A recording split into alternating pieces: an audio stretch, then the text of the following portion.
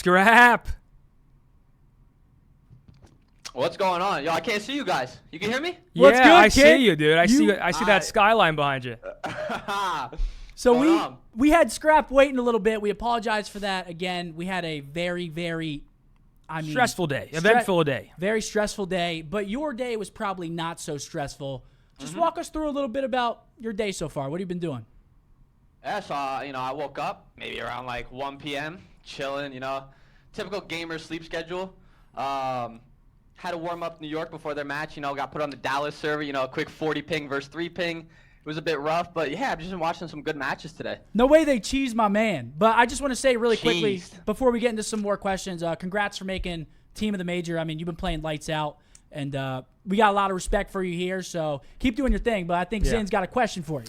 Listen, my fellow Jersey boy, we want to know about sort of how you came up, right? Obviously, you're new to the CDL, and everyone's talking about your dumbass.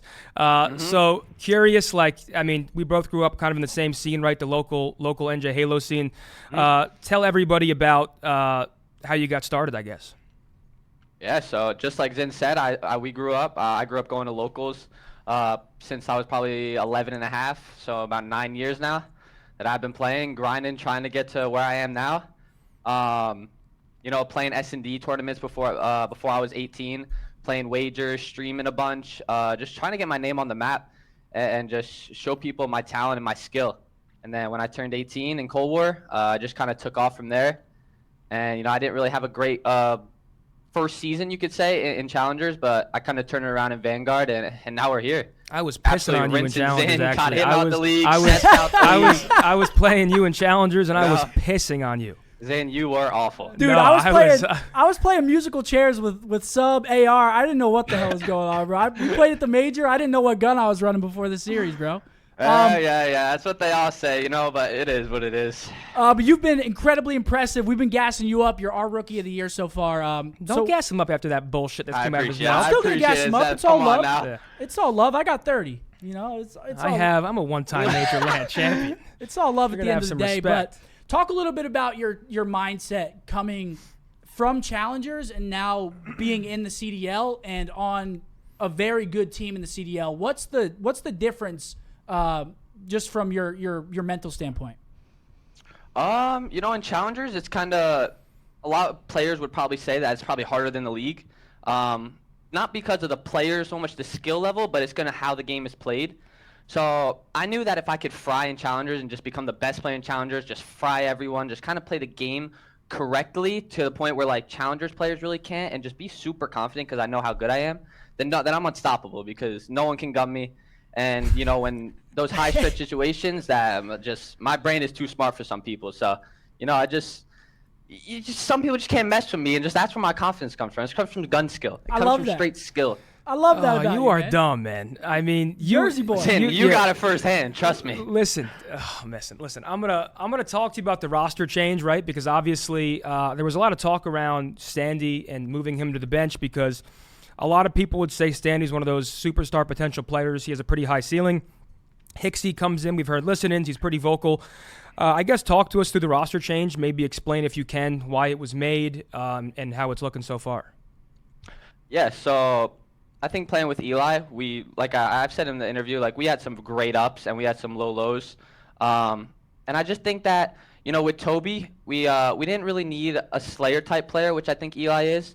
Eli definitely didn't get dropped for anything skill related. The kid's a beast, and he definitely is a league talent.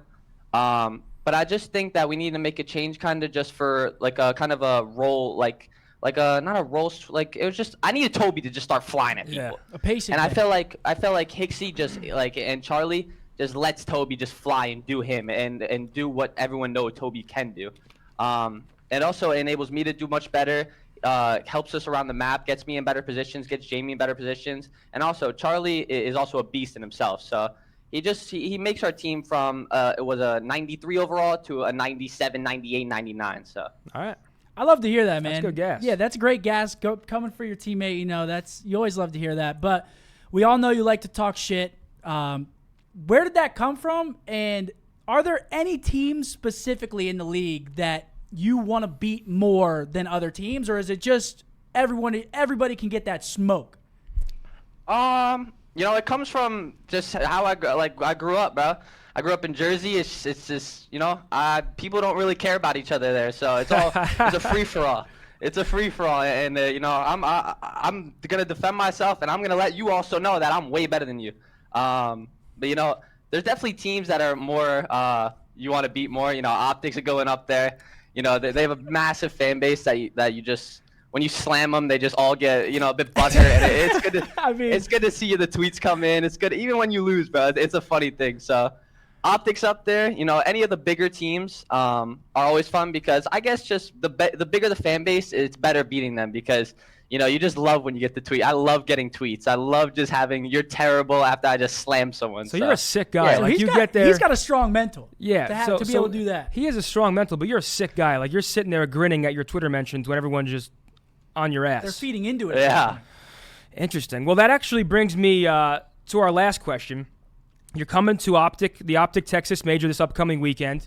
I guess tell everybody at home what it's like playing in front of the crowd, and especially the green wall. Obviously, we're going to be in Texas, and things are going to get loud. So is that something that you feed off, whether they're booing or cheering? Yeah. I mean, booing, cheering, cursing at me, telling me they want to fight me, anything, bro. I want it all. I want all the smoke. You know, at Major 1, you know, it was a bit dead. Like, Seth, I know you were like, yo, where's the crowd at, bro? Like, we're getting smoked. I mean, we didn't really make it too far, You know, Major 3, it's going to be a fun time. Hell yeah, it always is. Scrap, thank you so much for joining us. Keep it up. I mean, you got a fan in me. I love watching you play. I love the shit talk. It makes it really entertaining. So keep up the good work, man. And I'll see that long neck in Texas. Thank you for joining us on the first 1v2. Yeah, take it easy. Yeah. Smoke, ended. You're literally terrible, and I can carry you around like a surfboard, like Plank from Ed, Edd n Eddy. I could just grab you in my hand, and I can walk around the Texas Major with you in my hand. All right. Now get off my screen, dude. Now get the hell off my screen. Well, that was the 1v2. The first 1v2, I think we got one of the best that we could have got on for the first 1v2. Yeah, Ernie. Yeah, Scrap's a great personality again. He likes to talk shit. He likes to keep it serious, but not too serious, because that shit talk is not always serious. Sometimes listen, man, it's something the league needs because it adds this extra component, right? Not only for people to watch and have fun, but also it creates rivalries, right? I'll use Shotzzy as an example. Like we saw in the process, Shotzzy had some choice words. Toronto beats Optic. Scrappy had some choice words. And now there's like a little bit more there where when you're going to watch Optic versus Toronto, there's a little more to think about. Just a little bit. Tiny bit. And I hope that they play at the Major because that'll be a good That'd one. be sick. Next up, we're getting into our analytical